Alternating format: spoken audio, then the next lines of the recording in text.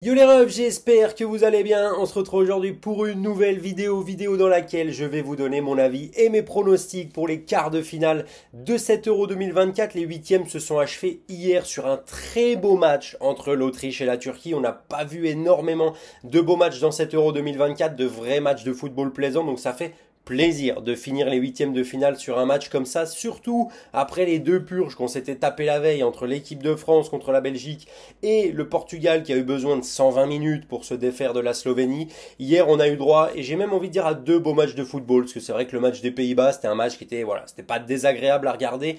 Donc voilà, ça fait vraiment plaisir. Aujourd'hui, on va parler des quarts de finale. Alors, je vais vous donner mon avis sur les différentes match-ups, sur les forces et les faiblesses en présence de chaque équipe, dire un petit mot sur le déroulement de leur compétition jusqu'à présent, et puis je terminerai par vous donner mon pronostic sur les différents matchs. Deux petites choses avant qu'on rentre dans le vif du sujet. Premièrement, on a atteint la barre des 1000 abonnés, donc merci beaucoup à tous ceux qui se sont abonnés derrière moi et qui m'ont aidé à atteindre ce chiffre-là. Ça fait très plaisir. Donc ceux qui le sont pas, n'hésitez pas à venir rejoindre tous les refs qui sont déjà abonnés. Et puis deuxième petite chose, n'hésitez pas à lâcher un petit pouce bleu sur la vidéo si elle vous plaît. Ça aide à mettre le contenu de la chaîne en avant, et pour une petite chaîne comme la mienne, c'est grandement apprécié. Donc voilà, maintenant que j'ai dit tout ça, on va pouvoir rentrer dans le vif du sujet.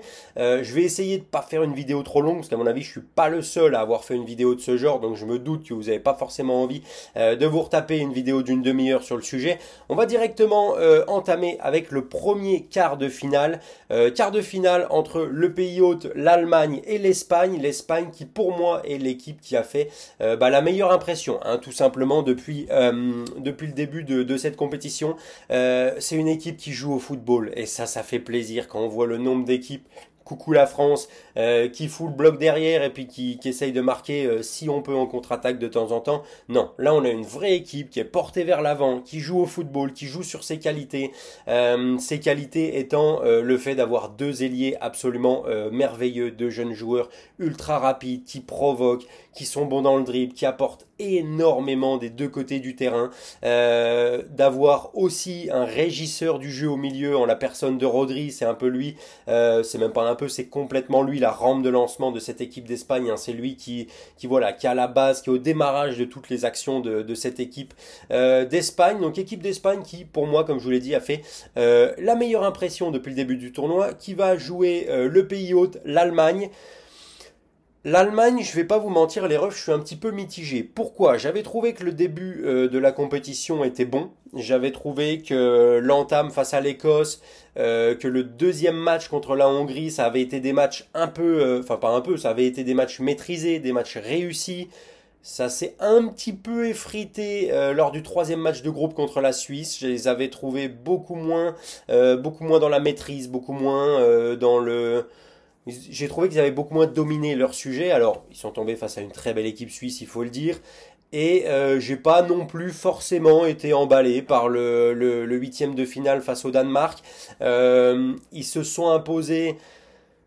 Alors, j'ai envie de dire de façon logique, mais malheureusement, ce qu'on va retenir, c'est les deux calls en leur faveur, c'est-à-dire le hors-jeu où l'attaquant danois a littéralement un bout d'orteil hors-jeu. Je vous remettrai la capture d'écran au montage si j'y pense. Et puis derrière le penalty accordé que Kai Havertz a transformé. Donc voilà, j'ai pas forcément été super emballé par leur prestation en huitième de finale. Maintenant, ça reste une très bonne équipe.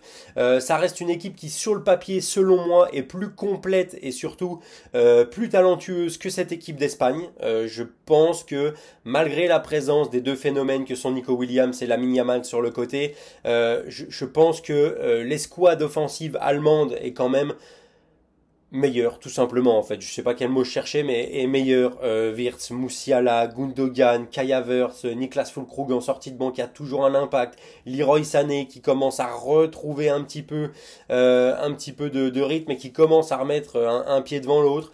Donc voilà, je trouve moi personnellement que en termes de talent offensif, l'Allemagne est un petit peu meilleure. Maintenant, on sait que le talent, ça fait pas tout.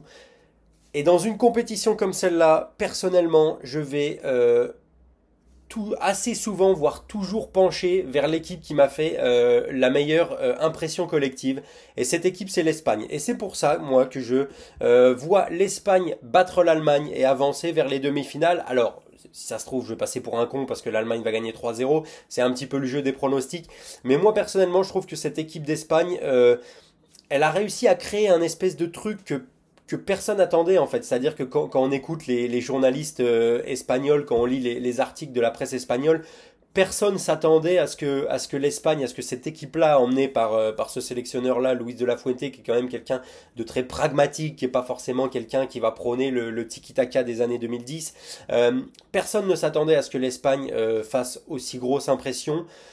Et je trouve que tout ce que Luis de la Fuente a réussi à créer autour de cette sélection, l'esprit de camaraderie, d'entraide, de vouloir se dépasser les uns pour les autres, le fait de prendre du plaisir à jouer ensemble, de jouer sur ses forces et de pas forcément essayer de dénaturer ses qualités. Voilà, je trouve que tout est positif et pour moi c'est ce qui va faire la différence. Lors de ce match-là, parce que comme je vous l'ai dit, même si je pense qu'en termes de talent pur, l'Allemagne est un peu meilleure, collectivement, l'Espagne m'a fait une plus forte impression et c'est pour ça que je les vois se qualifier et que je les vois battre les Allemands. On va passer au deuxième quart de finale qui nous intéresse, celui qui nous intéresse le plus, bien évidemment, celui de l'équipe de France face au Portugal. On sait que c'était la partie de tableau la plus relevée. L'équipe de France s'étant retrouvée là parce qu'elle n'a pas réussi à finir première de son groupe, ce qui était quand même un petit peu dramatique en soi. Mais voilà, après un huitième de finale chiant à mourir, désastreux, ennuyant, tous les superlatifs que vous voulez. D'ailleurs, j'avais fait un débrief de ce match-là, je vous le remets juste ici si vous l'avez pas vu. L'équipe de France a fini par se qualifier au bout du temps réglementaire grâce à une horrible frappe déviée de Randal Kolo Muani, déviée dans son propre but par Jan Vertonghen. Alors, qu'on se comprenne bien, la France mérite sa qualification, la Belgique a vraiment rien fait sur le match. Ils ont eu deux situations, moi j'appelle même pas ça des vraies occasions, ils ont eu deux situations avec une frappe de Lukaku et de Bruyne en fin de match. La France a fait 20 frappes, rendez-vous compte, 20 frappes au but dans un huitième de finale de l'Euro et n'a cadré qu'une seule fois. Et ça c'est dramatique. Alors, je vais pas refaire le débrief du match France-Belgique parce que je l'ai déjà fait, mais, ce que je vais dire c'est que malgré l'impression collective vraiment pas terrible laissée par les Bleus, c'est-à-dire qu'on se fait chier devant les matchs, offensivement on sent pas de maîtrise dans le jeu, on a l'impression qu'on se repose que sur des exploits individuels. Deschamps, et j'ai l'impression qu'il est même pas sûr lui-même de quelle est la meilleure compo pour lui à l'heure actuelle, puisqu'un coup on joue en 4-4-2 avec Rabiot ailier gauche, un coup on joue avec Barcola en haut à gauche et Mbappé en 9, le match d'après on a Mbappé qui rebascule à gauche et Griezmann qui joue ailier droit. Enfin voilà, c'est vraiment pas clair dans l'esprit de Deschamps. Ça fait que ça amène des prestations individuelles et collectives pour la plupart des joueurs qui sont assez dramatiques. Maintenant, il y a quelque chose qu'on ne peut pas enlever à cette équipe de France, c'est que défensivement, elle est absolument imprenable. Je ne vois pas comment quelqu'un peut réussir à battre l'espèce de bloc de fer que Deschamps a mis en place avec ses deux lignes de 4 en situation défensive. Cette équipe de France-là ne concède rien. Et ce qui, moi, me rassure pour la suite du tournoi, c'est qu'on a l'impression que les adversaires des Bleus ne savent pas comment jouer face à cette équipe de France-là. On a l'impression qu'ils perdent un peu tous leurs moyens, que personne ne sait comment attaquer, que tout le monde se dit, bon, bah si eux ils restent derrière, nous aussi on va rester derrière et on va jouer un petit peu au premier qui arrivera à marquer en contre. On fait vraiment déjouer tout le monde. Et ça, c'est une bonne chose parce que, bah, comme je l'ai dit, on concède rien, c'est-à-dire qu'on a concédé qu'un seul but depuis le début de l'Euro, c'était sur penalty. Mais dans le jeu, on ne laisse rien à nos adversaires, c'est-à-dire qu'on peut reprendre les 3 matchs de poule et le match contre la Belgique. Au total, si on a concédé 4 occasions dangereuses, pour moi c'est vraiment le bout du monde. Donc ça malheureusement on peut pas l'enlever au crédit de Deschamps. Alors forcément ça donne des matchs qui sont chiants à regarder, faut dire la vérité, on s'emmerde devant l'équipe de France. Moi je vous dis la vérité, le huitième de finale contre la Belgique, j'avais envie d'éteindre la télé à la mi-temps parce que vraiment c'était désagréable à regarder. Ça fait presque de la peine même carrément de voir des aussi bons joueurs s'appuyer aussi peu sur leur qualité offensive. Ça nous donne des prestations individuelles qui sont un peu catastrophiques. Mais bon, le fait est que ça fait gagner l'équipe de France et ça on peut pas l'enlever. Et bien évidemment que si on va au bout, je serai le premier content, je serai le premier à sortir dans la rue pour faire la fête. Maintenant, la vérité, elle est aussi qu'on se fait chier devant l'équipe de France. Et ça, c'est un petit peu ennuyant. On va parler maintenant de l'adversaire de l'équipe de France, le Portugal. Là non plus, je suis pas forcément emballé par le Portugal qui a mis plus de 120 minutes, puis ils ont dû aller au tir au but pour se débarrasser de la Slovénie. Alors, si on est tout à fait honnête, ils auraient dû gagner avant. Voilà, je vais pas revenir sur le match, c'était pas un match qui était forcément plaisant à regarder. Moi, ce qui m'intéresse, c'est de voir un petit peu comment cette équipe-là s'articule et comment, et si, surtout, si elle a de quoi embêter l'équipe de France. Pour moi, je vous dis la vérité, la réponse est non. Je ne vois pas comment dans l'état actuel du jeu proposé par le Portugal, ils peuvent emmerder l'équipe de France. Et je trouve qu'il y a un espèce de d'hyper-focus sur Cristiano Ronaldo, où tout le monde essaye de lui donner la balle, où tout le monde essaye de le faire marquer, où le jeu offensif est concentré sur lui et un peu dénaturé, parce que comme il joue en neuf, on a une équipe qui s'appuie beaucoup sur des centres. Alors, ils ont deux très bons latéraux qui savent très bien centrer. Le problème, c'est que depuis le début de l'Euro, la réussite sur les centres, elle est vraiment pas ouf, elle est voire même inexistante, parce qu'ils ont toujours pas mis un but de la tête. Pour une équipe qui fait autant de centres et qui cherche autant un seul joueur dans la surface, je trouve que c'est dénaturer le jeu du Portugal. Je trouve que c'est un petit peu à l'image de la France, c'est se priver de certaines qualités de création qu'ils ont avec des joueurs absolument incroyables au milieu, des Bernardo Silva, des Bruno Fernandes, des Vitinha, des vrais manieurs de ballon, des joueurs qui peuvent faire la différence balle au pied dans le jeu. Et je trouve que le jeu offensif du Portugal étant dénaturé, je pense que ça va beaucoup leur desservir face à la France, parce que je vois pas un monde, mais alors vraiment pas un monde, dans lequel s'ils continuent à jouer comme ça, c'est-à-dire à chercher Cristiano Ronaldo sur chaque action, ils peuvent battre l'équipe de France. C'est pas possible. C'est avec les prestations défensives absolument incroyables individuellement et collectivement de la part des Bleus, puisque Saliba est absolument exceptionnel depuis le début du tournoi, excepté, on va dire excepté, si on est tout à fait objectif, le premier match contre l'Autriche où il a eu un petit peu de mal à se mettre dedans, depuis c'est sensationnel. Son match face à la Belgique, c'est un sans faute, sincèrement c'est vraiment un sans faute. Upamecano, moi personnellement je suis pas le plus grand aficionados de ce joueur-là. Si c'était moi qui faisais la compo, je lui mettrais Konaté sur le terrain tous les jours à sa place. Le fait est qu'il fait un Euro très costaud aussi. On sait que Deschamps l'aime beaucoup. Physiquement, il est présent. Alors, 2-3 petits trous d'air défensivement de temps en temps, mais ça va, ça nous a pas coûté de but pour l'instant. Mais voilà, je vois pas un monde dans lequel et puis il faut, je vais le préciser aussi concernant l'équipe de France, des latéraux qui sont très bons. Sincèrement, je m'attendais pas à dire ça, mais Jules Koundé est un des meilleurs joueurs de l'équipe de France depuis le début du tournoi. Donc ça, c'est à mettre aussi au crédit de Deschamps. Hein. Ça fait 2 ans qu'on le taille là-dessus, et moi le premier d'ailleurs, hein, parce qu'on a personne à foutre côté droit. Là, Koundé fait un gros tournoi, Hernandez côté gauche. Alors c'est dommage parce qu'il est brimé offensivement. Hein. On sent que Deschamps lui demande de rester derrière avant de penser à attaquer. Mais voilà, défensivement, je vois pas un monde dans lequel la France peut céder face au Portugal si le Portugal continue à jouer de cette façon-là. Et c'est pour ces raisons-là que moi je vois la France passer, tout simplement. Même si le Portugal a une équipe qui, sur le papier, a largement de quoi rivaliser avec la France, puisqu'ils ont un talent fou à tous les postes, et un très bon gardien aussi dans les buts. Ça va peut-être être le point déterminant, la match-up entre Diogo Costa, qui a été absolument sensationnel lors de sa séance de tir au but face à la Slovénie, et Mike Maignan, qui est très bon depuis le début du tournoi aussi. Peut-être que ça se résumera à quel gardien fera le meilleur match, peut-être que ça se résumera à quelle défense va laisser une petite erreur, une petite chance à l'autre équipe. Donc voilà, ce qui est sûr, c'est que pour ce match-là, je m'attends à un match fermé. Très honnêtement, je m'attends pas à avoir beaucoup de spectacles, je m'attends pas à avoir beaucoup de buts. C'est pas impossible qu'on aille jusqu'en prolongation, parce que on était bien parti pour y aller face à la Belgique, nous les Français. Si ça avait pas été, comme j'ai dit, pour une frappe contrée de Vertonghen dans son propre but. Donc voilà, c'est pas impossible qu'on aille en prolongation, c'est pas impossible qu'on aille au tir au but. Je m'attends à un match un peu ennuyant. Si je devais me risquer sur un score exact, je dirais que je vois bien l'équipe de France s'imposer. Allez, soyons fous, 1-0 après prolongation. Donc voilà. Maintenant, on va passer à l'autre partie du tableau qui nous, je pense, nous amènera un petit peu plus de spectacle sur le terrain. Alors, premier quart de finale de ce côté-là du tableau. Les Pays-Bas qui vont affronter la Turquie. Là, pour le coup, je pense qu'on aura un bon match. Je pense qu'on aura un beau match de football. La Turquie qui m'a fait grosse impression hier face à l'Autriche. Je dois être tout à fait honnête avec vous. Je m'attendais à ce que l'Autriche batte la Turquie et se qualifie pour les quarts de finale parce que j'avais bien aimé ce que j'avais vu de l'Autriche en poule. Mais hier, franchement, la Turquie m'a impressionné hier.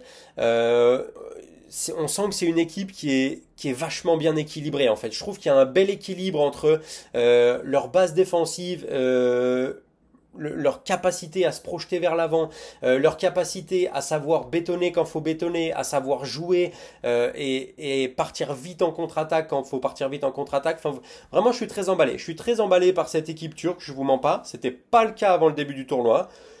Je tiens à le préciser. Je vais pas commencer à m'inventer une vie et à dire que j'attendais la Turquie en quart de finale parce que c'est pas du tout le cas. Mais voilà, ils sont là, énorme respect à eux pour leur parcours jusqu'à présent. Comme je vous le dis, moi, ils m'ont fait forte impression hier. Face à une équipe des Pays-Bas un petit peu à deux visages, absolument atroce en phase de poule. Un petit peu mieux sur son huitième face à la Roumanie.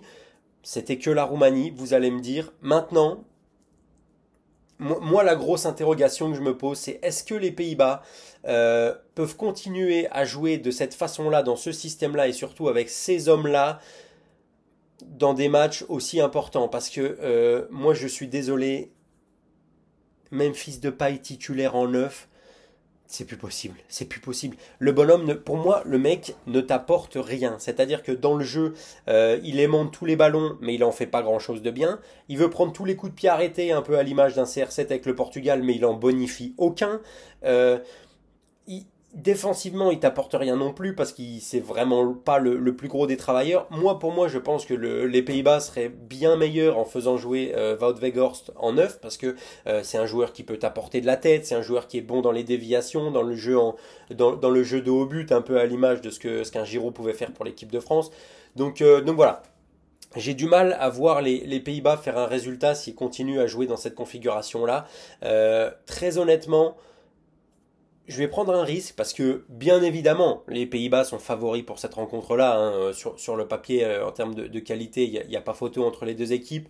Et je pense que si les Pays-Bas veulent faire un résultat, je pense qu'il va falloir qu'ils s'appuient sur une grosse défense. Parce qu'à mon avis, offensivement, je sais pas, moi j'y crois pas. Malgré le fait qu'ils en ont mis 3 à la Roumanie hier, offensivement, j'y crois toujours pas. J'ai du mal à voir comment cette équipe-là joue, quels sont ses circuits préférentiels sur le terrain. Je sais pas. Moi je suis pas emballé par les Pays-Bas et je vais prendre un petit risque parce que peut-être que je parle sous le coup de l'émotion du match d'hier soir. Mais je vais mettre la Turquie vainqueur. Je vais mettre la Turquie vainqueur. Je crois que ça serait la première fois que la Turquie se qualifierait pour une demi-finale de championnat d'Europe. Je sais pas. Ils m'ont fait forte impression et je pense que s'ils arrivent à garder ce momentum-là, je pense qu'ils peuvent vraiment, vraiment faire mal aux Pays-Bas. Et voilà, c'est un petit risque, c'est un petit pari plus qu'autre chose, mais j'aimerais bien voir la Turquie en demi-finale. Et enfin, on va passer maintenant au dernier quart de finale de cet Euro 2024. L'Angleterre face à la Suisse, et là on est encore en présence d'une grande équipe, d'un favori qui galère comme pas possible depuis le début du tournoi. L'Angleterre qui est passée à ça, mais vraiment à ça, de se faire sortir par la Slovaquie au tour précédent. Ils étaient menés 1-0 jusqu'à la 95e minute, et si ça avait pas été pour... J'ai pas les mots, une retournée acrobatique sortie de nulle part de Jude Bellingham et un but d'Harry Kane en prolongation, juste après le début des prolongations, et ben l'Angleterre s'en serait pas sortie et serait éliminée. Alors personnellement, je vous mens pas, je priais pour qu'il soit éliminé parce que je voulais qu'une chose pour le bien du football mondial, c'est que Monsieur Gareth Porte-Sud prenne la porte et dégage. Je comprends pas comment Pour moi, l'Angleterre ne pourra rien gagner tant que cet homme-là sera à la tête de la sélection. Bellingham et Kane lui ont sauvé son poste au dernier match parce que je suis quand même persuadé que s'il s'était fait sortir en huitième par la Slovaquie, il aurait déjà été viré à l'heure qu'il est.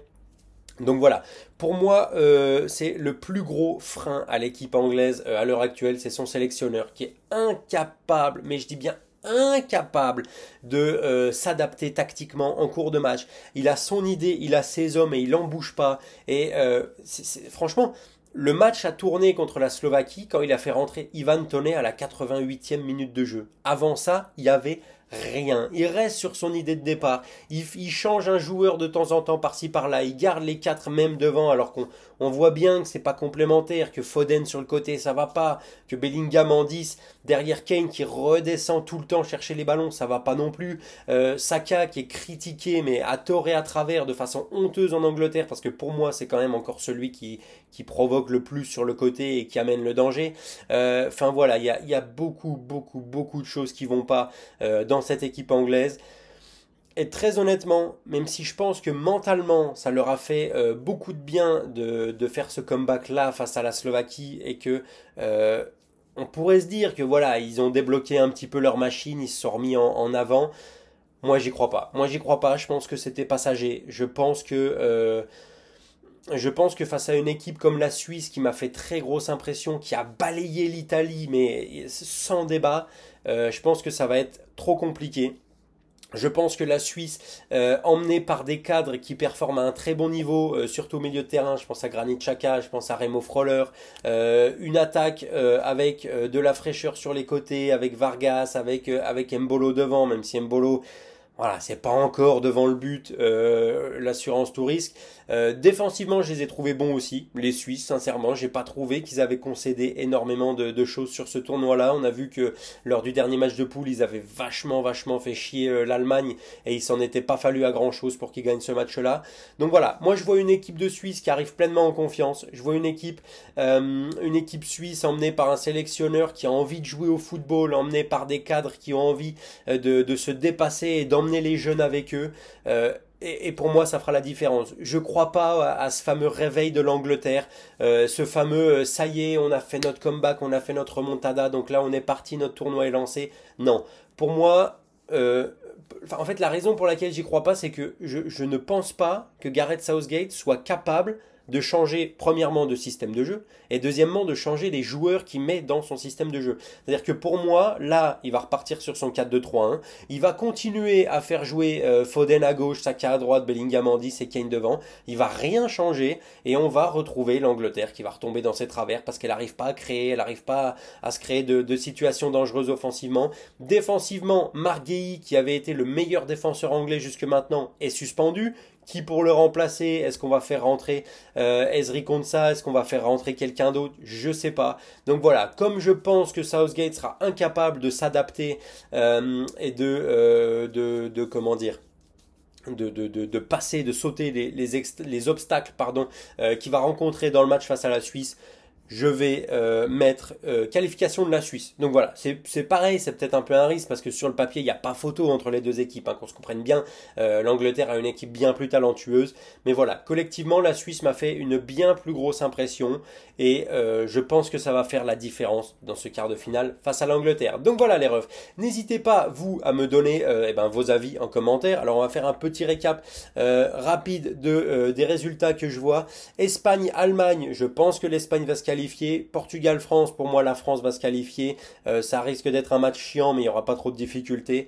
Pays-Bas-Turquie, pour moi c'est la surprise de ce tour-là. Je vois les Turcs battre les Pays-Bas et se qualifier en demi-finale. Et Angleterre-Suisse, une autre surprise parce que l'Angleterre sera largement favori. Je vois la Suisse se qualifier pour une demi-finale, ce qui nous donnerait quand même une demi-finale dans le bas du tableau. Turquie-Suisse assez inédite. Donc voilà.